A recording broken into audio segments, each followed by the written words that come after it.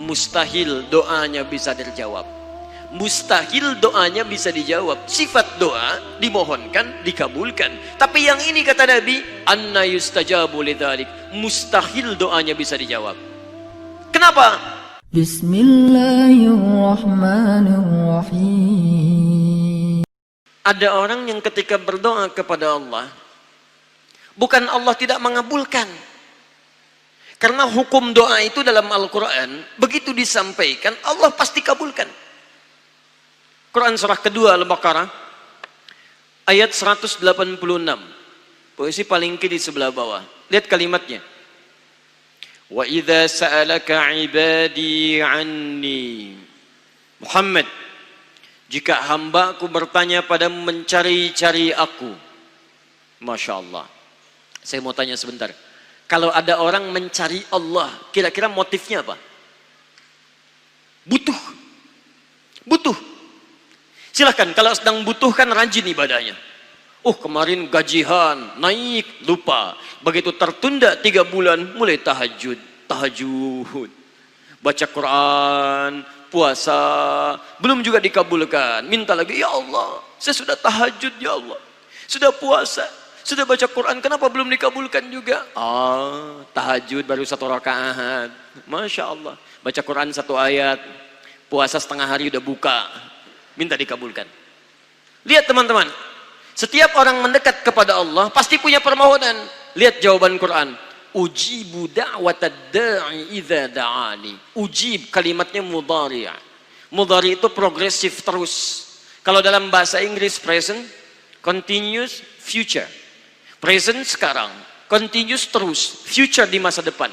Jadi sifat doa itu, kalau Anda minta sekarang akan dikabulkan. Minta nanti akan dikabulkan. Minta di masa depan akan dikabulkan. Dengan cara Allah yang terbaik, yang dikabulkan menurut maslahat untuk Anda. Jadi sifat doa itu kalau diberikan, pasti dikabulkan. Entah sekarang, besok, atau nanti saat kita siap menerimanya. Yang jadi masalah, ada orang minta yang lain dikabulkan, dia tidak. Ini masalahnya. Dan ternyata bukan Allah nggak ngabulkan, bukan. Ketika Allah akan berikan, tidak tembus pada dirinya. Nih lihat. Ini apa? Jangan katakan wallahu alam, gelas ya. Baik. Di atasnya ada apa? Tutup. Saya buka tutupnya. Perhatikan baik-baik. Ini apa? Spidol. Kalau saya masukkan ke dalam gelas, bisa? Masuk? Masuk. Lihat baik-baik. Sekarang saya tutup dengan ini. Masih bisa masuk? Tidak. Perhatikan baik-baik. Sulit. Saya ganti kemudian, bisa dengan yang ini. Lebih halus. Saya tutup begini. Masih bisa masuk? Sulit. Mau dipaksa jadi masuk ke dalam, jadi kotor, tidak bisa diminum. Lihat baik-baik. Terkadang ketika Allah dengan sifat sayangnya ingin mengabulkan permohonan hambanya, bukan doa tidak dikabulkan, tapi permohonan ini tidak sampai pada dirinya karena ada sekat yang menutup. Itulah dosa. Itulah maksiat. Semakin pekat dosanya, semakin kuat penghalangnya, maka semakin sulit kemudian Allah memberikan rahmat yang turun pada dirinya. Maka banyak hadis menyampaikan kepada kita, lihat baik-baik. Saya sampaikan satu hadis dari Nabi SAW. Thumma dzakara rajula. Lalu Nabi mengisahkan tentang seorang lelaki.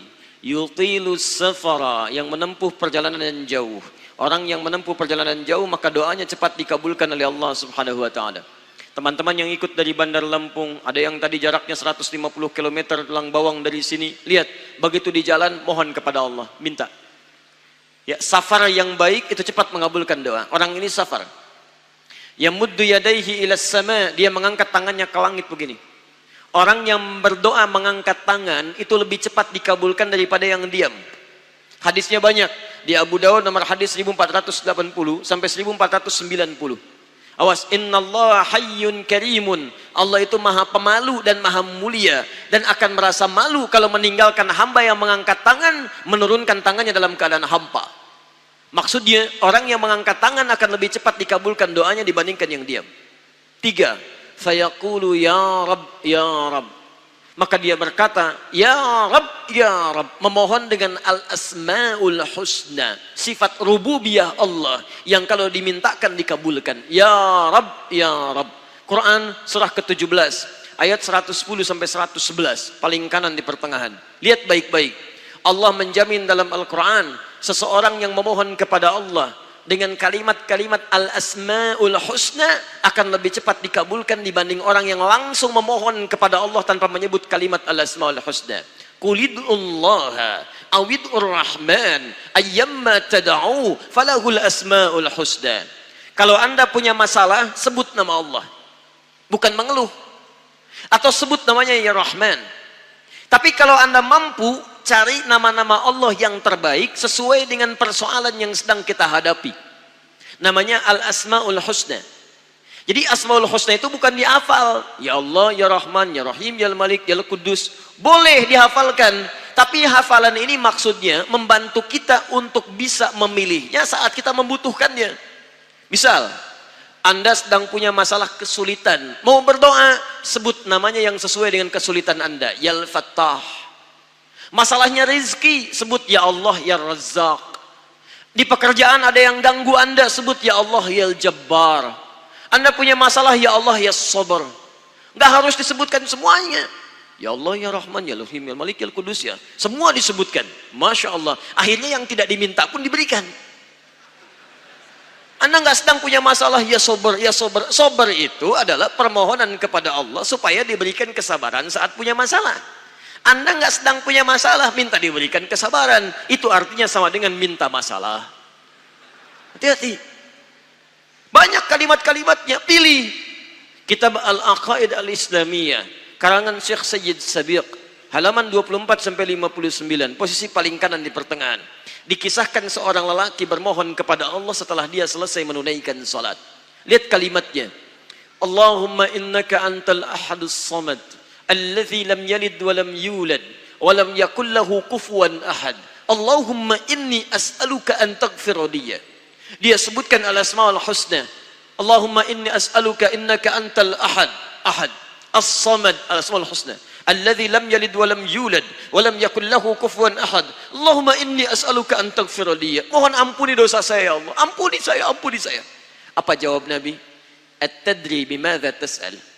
Tahukah engkau barusan mengucapkan kalimat apa saat berdoa? Kata orang ini, wallahu wa rasuluhu a'lam. Kata Nabi, lihat kalimatnya.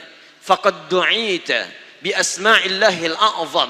Idza du'iya biha ajaba wa idza su'ila biha a'ta. Kamu baru saja berdoa memohon kepada Allah dengan nama-nama Allah yang paling agung, al-asma'ul husna. Yang kalau dimulai doa dengan menyebutkan itu, doa akan dikabulkan, permintaan akan diberikan. Tapi ini aneh. Lihat baik-baik. Orang tadi melakukan 3 hal. Perjalanan panjang. Masih ingat? Mengangkat tangan ke langit. Membuka dengan al-asma'ul husna. 3-tiganya dikerjakan. Seharusnya doa dia 6 kali lebih cepat dikabulkan oleh Allah dibandingkan doa orang biasa. Tapi apa kata Nabi? Lihat baik-baik.